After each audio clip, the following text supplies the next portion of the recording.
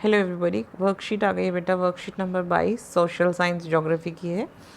Class 10th की worksheet है। आज हम पढ़ने वाले हैं ज्योग्राफी में फार्मिंग कितनी तरीके से होती है, फार्मिंग का क्या सिस्टम होता है और किस किस तरीके से एग्रीकल्चर अलग अलग टाइप्स में डिवाइड होती है। We are talking about 3 type of farming. पहली टाइप ऑफ फार्मिंग है अर्ली सब्सिस्टेंस फार्मिंग। इसमें क्या होता था, स्मॉल पीस ऑफ लैंड पे फार्मिंग होती थी। एंशियंट टूल्स होते थे, हसिया, कुडाली, खुरपा वगैरह, और फैमिली मेम्बर्स करते थे। We are talking about early subsistence farming. उसके बाद farmers depended on rainfall and soil fertility. हम लोग कुछ नहीं मिलाते थे, मतलब कुछ ऐसी स्पेशल चीज़ें नहीं थी जिनके मिक्सचर से हम लोग काम कर पाते थे। फिर उसके बाद जो दूसरे टाइप की ये फार्मिंग थी, अर्ली सब्सिस्टेंस फार्मिंग कहते हैं। सिर्फ जीवन यापन के लिए हम लोग फार्मिंग करते थे। उसके बाद आई बेटा इंटेंसिव लाइवलीहुड। इसमें क्या हुआ, थोड़ा सा स्केल बढ़ गया, एक लेवल अप हो गया सब्सिस्टेंस फार्मिंग से। इसमें क्या हुआ, लार्ज फार्म में होने लगी, लार्ज फॉर्म में होती थी, लार्ज फार्म या लार्ज फॉर्म कह सकते हैं। मॉडर्न मशीन्स होती थी, high productivity, seeds, chemical fertiliser, pesticide, सब कुछ यूज़ होने लग गया, सारी चीज़ें यूज़ हो रही थी। कैनाल्स और ट्यूबवेल्स आ गए थे, कैनाल्स भी आ गई थी और ट्यूबवेल्स भी आ गए थे। अभी भी बहुत सारा लेवल, बहुत सारे लोग, हम लोग इंटेंसिव लाइवलीहुड में, जिसमें हमें परिवार को पालना होता है और उनके खर्चे भी निकालने होते हैं, इसको बोलते हैं इंटेंसिव लाइवलीहुड। और जिस फेज़ की तरफ हमें जाना चाहिए, the ultimate phase of agriculture is the commercial agriculture, जिसमें हम लोग एग्रीकल्चर को एक बिज़नेस बनाते हैं। मॉडर्न सीड्स होते हैं, मॉडर्न पेस्टिसाइड्स होते हैं, केमिकल फर्टिलाइजर यूज़ होते हैं। Planting agriculture is a type of commercial agriculture. इसमें क्या होता है, सिंगल क्रॉप को बहुत बड़े लैंड पर उगाया जाता है, बहुत सारा पैसा लगता है और बहुत सारे वर्कर्स लगते हैं। ठीक है बच्चे, कैसे तरीके से होती है, टी होती है, टी की ऐसे फार्मिंग होती है, कॉफ़ी की ऐसे फार्मिंग होती है, रबड़, शुगर केन, बनाना, इन सब चीज़ों, ये सब प्लांटेशन एग्रीकल्चर हैं। और इन एग्रीकल्चर में, एग्रीकल्चर और इंडस्ट्री के बीच का एक दौर है ये, यानी एग्रीकल्चर को एकदम इंडस्ट्री की तरह किया जाता है कि जैसे कोई इंडस्ट्री हम लोग लगा रहे हैं, ऐसे इतने लेवल पे वो काम किया जाता है। तो हमें तीनों टाइप ऑफ एग्रीकल्चर पता चल गई बेटा। सबसे पहले थी अर्ली सब्सिस्टेंस फार्मिंग, फिर दूसरा इंटेंसिव लाइवलीहुड, एक और आप ऊपर, और सबसे ऊपर है कमर्शियल एग्रीकल्चर। मतलब बिल्कुल हम लोग इंडस्ट्री की तरह काम करते हैं। बहुत सारे लोग होते हैं, जैसे फैक्ट्री में लोग काम करते हैं, ऐसे मजदूर काम करते हैं, और दूर दूर तक एक ही फसल उगाई जाती है। नेक्स्ट, अब हम आते हैं क्रॉप्स कितने तरह के होते हैं। जो 3 तरह की क्रॉप्स इंडिया में उगाई जाती हैं, इंडिया के सीजन्स के हिसाब से, उसमें होती हैं रबी, खरीफ और जैद।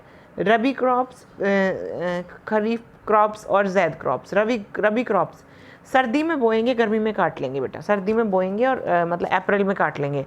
अक्टूबर टू अप्रैल या दिसंबर टू जून, ये 6 महीने के करीब होता है। ये इसका रबी क्रॉप होता है बेटा, यानी सर्दियों में हम लोग बोते हैं। सर्दियों में बोते हैं, क्या बोते हैं बेटा, सर्दियों में बोया जाता है गेहूँ। गेहूँ ठंडा होता है इसलिए, क्योंकि सर्दियों में बोया जाता है, सर्दियों में उगता है, इसलिए गेहूँ ठंडा होता है।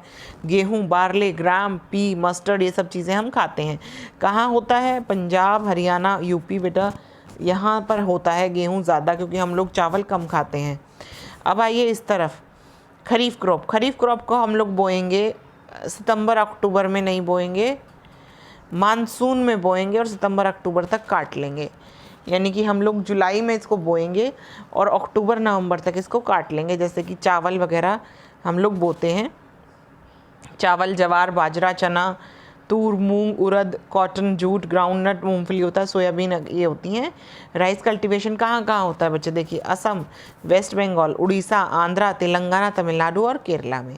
अब इन दोनों फसलों के बीच में एक तीसरी फसल को बोया जा सकता है, जिसमें छोटी सब्जियाँ 2 महीने 3 महीने का टाइम होता है, उसके लिए उसमें बो सकते हैं। जैसे कि समर में बोया जाता है, रबी और खरीफ क्रॉप्स के बीच में मेलन, वाटरमेलन, कुकम्बर एट्सेट्रा को हम लोग जैद क्रॉप्स भी बोलते हैं।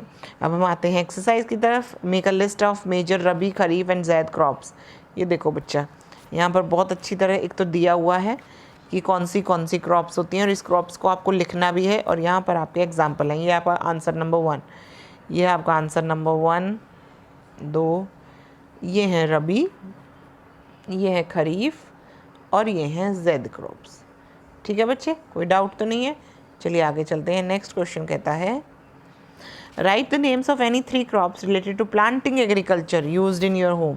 प्लांटिंग एग्रीकल्चर की कौन सी चीज़ें आपके घर में यूज़ होती हैं? देखिए मैं बताती हूँ कौन कौन सी सारी चीज़ें यूज़ होती हैं।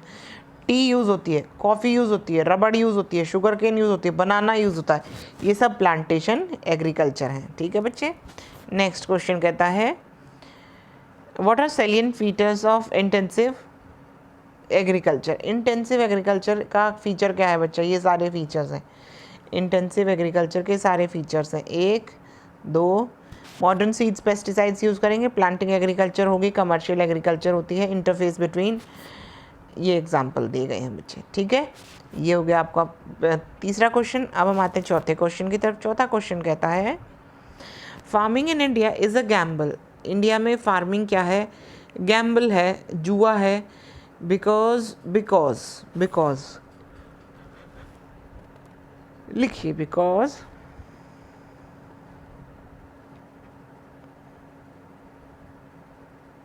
Farming in India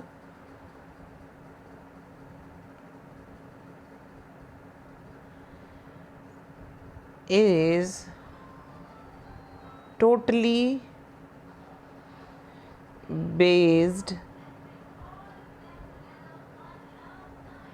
on monsoon. India की सारी खेती किस पर डिपेंडेंट होती है?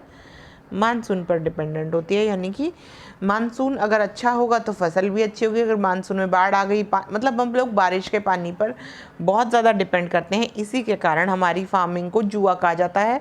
अगर आपकी किस्मत अच्छी हुई तो आपकी लॉटरी लग जाएगी, नहीं तो आपकी फसल ऐसे ही खड़े खड़े बर्बाद हो जाती है। ये 4 क्वेश्चंस हैं। कैसे कैसे आंसर्स लिखने हैं फिर से देखिए। ये है रबी, खरीफ और जैद क्रॉप्स के एग्जाम्पल लिखने हैं। यानी कि पहले आंसर में आपको लिखना है ये पूरा पोर्शन यहाँ से और यहाँ तक आपको लिखना है फर्स्ट क्वेश्चन के आंसर में। वैसे भी बच्चों आपको सारी वर्कशीट्स जो हैं वो पूरे नोट्स उतारने हैं नोट अपनी कॉपी में, और लिंक आपको डिस्क्रिप्शन बॉक्स में दिया गया। आप वर्कशीट आराम से निकाल के अपने पास कर सकते हो। ये सारे क्वेश्चंस थे और बेटा ये सारे हैं आंसर्स। आई होप आपको वर्कशीट समझ में आई है। कोई डाउट हो तो पूछिएगा। मिलते हैं अगली वर्कशीट। तब तक bye, take care, good night.